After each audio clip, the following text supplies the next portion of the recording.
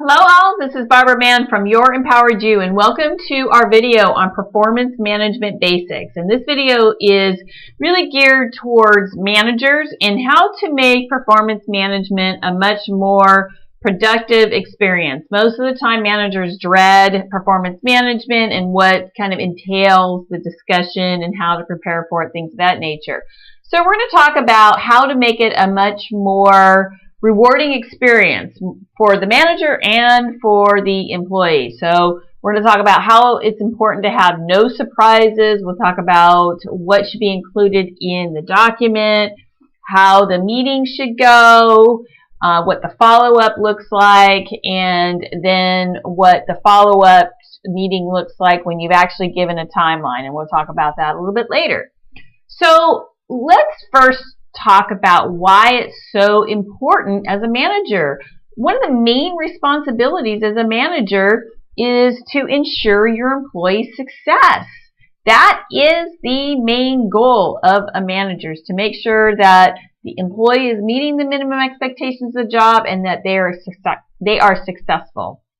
But managers tend to dread this whole performance management because it makes them feel uncomfortable.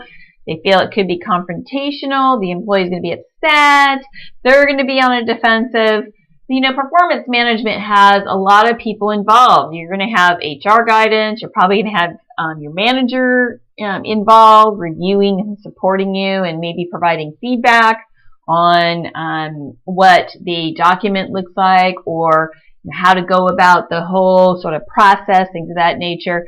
But I have to stress, this is one of the most important duties that a manager can have, is to make sure the employee is successful in meeting the minimum expectations of the job. It is your number one priority, is to make sure folks are successful. It's important to the employee, it's important to the team, it's important to the organization. So the employee must meet the minimum expectations of the job. It's also imperative to ensure fairness for the team. So if you have one employee that is not meeting those expectations, what kind of message does that send to your other employees who are? It's really not fair to those employees if one person isn't and they are. So they see that. They may not say it to you, but people know what's going on. They know who's meeting and they know who isn't. So make sure that you're really coming from that spirit of fairness, of helping. I want to see people succeed. So, you know, if you are open and honest and transparent well before any performance management discussions, that's just who you are. It's going to make the experience a lot easier to go through. But again, coming from an approach that you're helping people to succeed, you're helping people to know what those expectations are of them, and that they need to meet those minimum expectations. That's just a minimum requirement of any employee. But if you're really coming from a place of helping, supporting, and ensuring an employee's success, it will go much, much easier for both you and your employee. One of the key things, there should be no surprises where an employee stands every day of the week. They should know where they stand. So that means that all goals and expectations have been set and they understand what those expectations are. Well before any performance management meeting, you know, this is for what managers should be doing all the time, is having regular meetings with their individual contributors to review those results, at least monthly. And those meetings aren't just about reviewing results. It's also about what the employee needs, what the employee's aspirations look like, and all those sorts of goodies as well. But it also should be reviewing, how is the employee doing, right? The employee needs to know how they're doing. You never want to sucker punch someone at a performance during their 6-month check-in, you know, when you have the documented performance evaluations or an annual evaluation. There should never be a surprise in one of those documents, and also on a performance management document. So those regular meetings should be ongoing to avoid surprises. So there's a lot of discussions already going on well before any type of documented performance management plan. So they should know where they stand. And if there's issues that are creeping up, nip the issues in the bud. Get to the root cause of the issues and nip it well before the performance management process entails. So no surprises is number one. But suppose, you've done your coaching and all those sorts of things, and performance management does need to be initiated. So usually how it goes in most organizations is that there's some sort of document. And in this document, there are a few things that we need to be very, very clear on. Make sure that document has factual information. It's clear and concise and factual. It doesn't include vague statements that aren't supported. No ambiguities. It should be very, very clear, very factual. It should include data, stats, supporting documents, whatever needs to be included. It should include sort of prior discussion dates, your meetings, the trainings, all those sorts of items to show that when things have been discussed, what training's been provided, things of that nature. But it's very important to avoid any kind of vague statements. Make sure it's as clear and just void of opinion or personal, feelings about things. Avoid all of that. Just, again, factual. The improvement plan that's usually on these documentations. So you've laid out, what the story is before getting to the improvement plan. The improvement plan should include the timeline for improvement. And some of the key things to make sure that you're acutely aware of it, allow the time for necessary change. So a improvement plan has something that is needed, the employee needs to change. So something in their process needs to change to meet the minimum expectations. So allow that time for necessary change. Now, depends on what your organization looks like or what industry you're in. Is the necessary time to change 30 days? Is it 60 days? What is it? But allow the necessary time for the employee to incorporate the changes so that you can see the improvement. Make sure that the improvement is specific and it's measurable, such as make sure we want to ensure that your customer service scores are at 90% or higher. That's specific and that's measurable. Ensure that there are no written complaints within the next 30 days. That's specific and measurable. So you kind of get, a feel that you want to quantify these. Quantify as much as you can. Make sure in your plan that you're including any tools or resources that are going to be utilized to help the employee, to help support the employee, help them go through this process. You also want to make sure that you include regular follow-up meetings before that 30-day check-in or 60-day check-in. Make sure you have regular follow-up meetings of checking their progress well before that final due date of 30 or 60 days. That's important because you want to make sure you're there to help support the employee to help them meet the minimum expectations. So that is the plan. You've reviewed it with HR, you've reviewed it with your manager, and now you're ready to meet with the employee. So you have your little document and you're ready. It should not be a surprise to the employee, like I've stressed a million times during this video, and I will continue to stress that. But if it does come to that, make sure that the meeting is scheduled and not just, hey, can I talk to you and pull them off the floor. Make sure it's scheduled so they kind of can prepare that something is there's going to be some sort of meeting. Make sure it's private. So the last thing you want to do is have a performance management discussion on the floor with Johnny listening. No, it spells bad news all over it. So make sure that you have a private office or whatever you need, that there's privacy. Do you need the other personnel involved? Does HR need to be involved for any reason? Does your manager need to be involved? Maybe they do, maybe they don't. But make sure that you pass that along to the appropriate personnel if they need to be included as well. During the meeting, open, honest, and transparent. The more that you can be open and honest about everything and transparent, the better. But that open, honest, and transparency, again, if you have a reputation of that already before the meeting, that's just how you manage, the much easier these kinds of discussions go, because they know that they got your back and that you're honest, that you're open and you're just there to help the employee.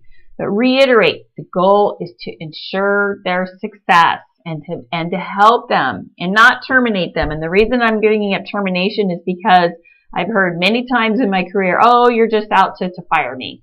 And I'd have to reiterate, no, our job is not to terminate people. We've hired you for a reason. We see the potential in you. Our job is to just ensure that everyone meets these minimum expectations, and we're here to help you succeed. That's what this is all about. It's not to terminate people.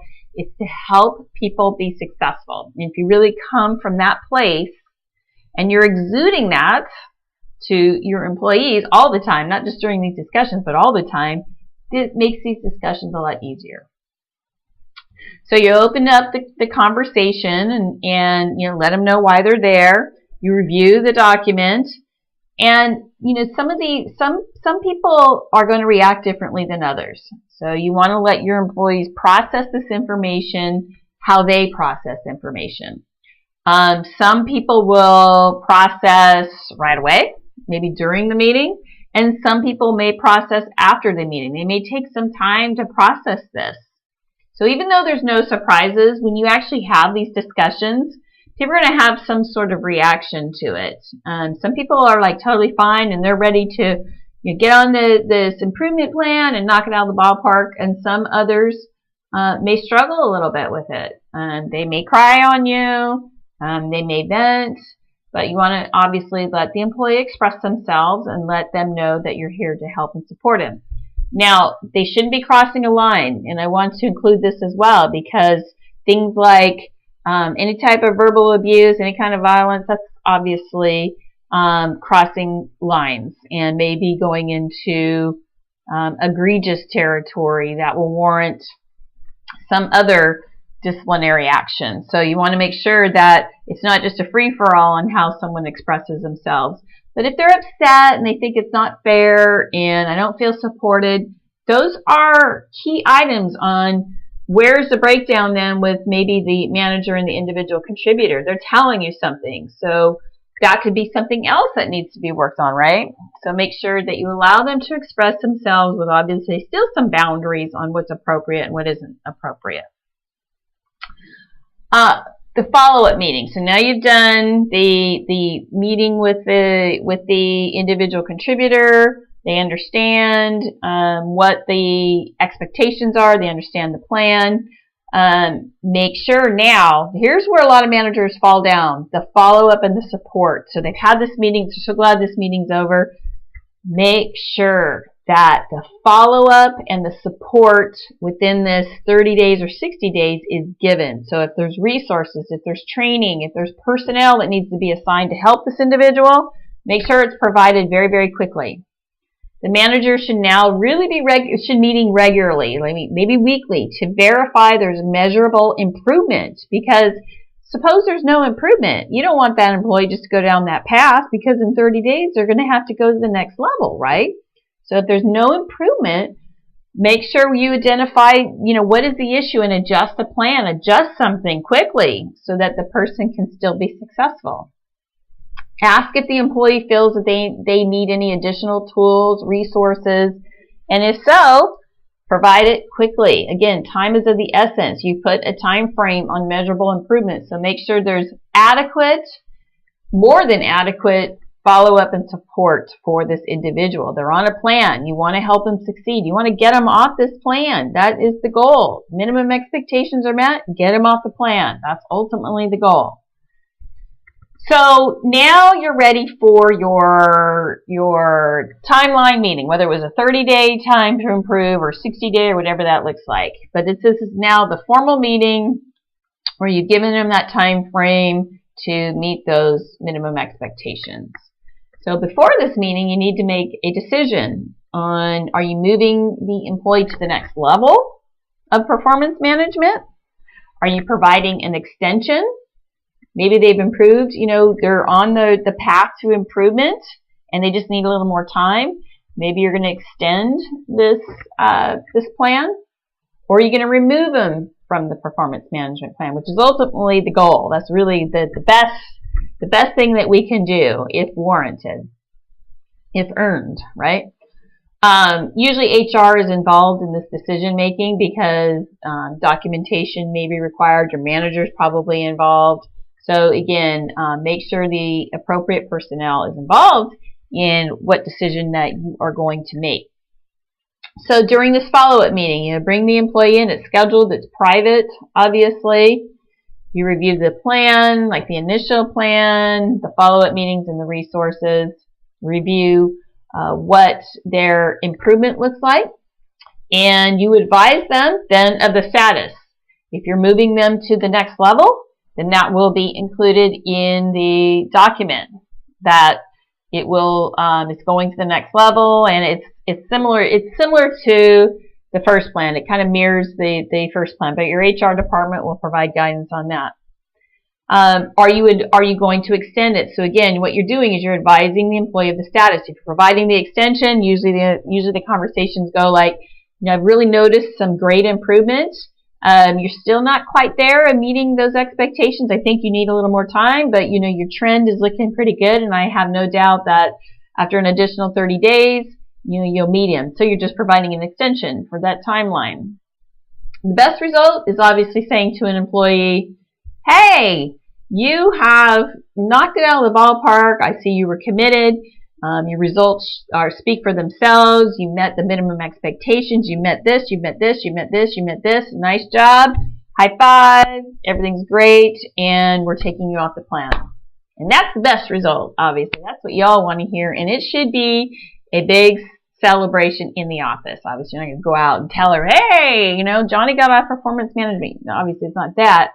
But it should be something that is celebrated between the manager and the employee. It's a big deal. They responded well to the plan, and when they know that you got their back, it really is a trusting relationship. This trust is instilled between manager and employee. When they know that you got their back, you help them to meet those expectations. It really helps to build a solid future going forward as well. So let's wrap this up in a bow on what those key items look like for performance management. It's one of the most important responsibilities as a manager to ensure that you are being fair to your employees, that you are ensuring their success, that they're meeting the minimum expectations. It is one of the most important responsibilities as a manager to make sure that everybody meets and exceeds the required expectations. Some of the key items we talked about: no surprises. Nobody likes sucker punches. Nobody likes surprises. So the more that you can minimize surprises, the better. And how you do that is people know where they stand at any given time. So nobody likes to be on performance management and not know what's coming. Nobody likes something on their performance review during their 6-month review or annual review that wasn't already discussed. We don't like surprises. Nobody really likes those unless they're good surprises. Your plan, the performance management plan, must be factual and specific. No opinions, no feelings, none of that. It should be very factual, specific with data and stats, support documentation, things of that nature. Improvement plan must be specific and measurable. So if you want somebody to improve, what's the specific metric and what's the specific timeline that you're giving them? So specific, measurable, with a timeline. Make sure you have regular follow-up. So don't just, give the person the plan and then say, hey, I'll see you in 30 days, see how you improve. That is not going to be effective. That's setting somebody up for failure. Make sure that you have regular follow-up to see if something needs to be adjusted to that plan well before the 30 or 60-day follow-up. Ensure the proper resources are provided. Are there additional tools? Are there additional training that needs to be done? Does a coach need to be assigned? Whatever the person needs, make sure those resources are provided. And then obviously one of the most important things is that timeline meeting. Privacy, it's scheduled, and you want to advise them of the status. And the reason I'm putting that as a key item, believe it or not, sometimes people don't follow up with employees and they're just kind of like wondering what's going on, and trust me, that creates a lot of anxiety with people. They want to know where they stand. And so if you said, I'm going to follow up with you in 30 days, and that goes past into 40 days, it creates a lot of anxiety. So make sure that meeting is scheduled and it's private and it's done. And then you advise them of the next steps. So these are just some basics around performance management. It can be a very productive experience, and it's something that could lead to a lot of trust between manager and individual contributor if it's done correctly, and if they really know you're there to help them and to really help them to succeed in their career. It will go much easier, and it'll be very rewarding. Actually, it can be actually a rewarding experience if you're helping someone to meet expectations and you're really there to support them and help them. They know you got their back, and that creates a lot of trust. So thank you for attending our session on performance management basics, and for additional resources or to schedule a session with me, please visit my website at www.yourimpoweredyou.com. Feel free to email me at bman@yourimpoweredyou.com, or feel free to give me a ring at 916-633-2555. And I thank you very much, and have a very empowered day.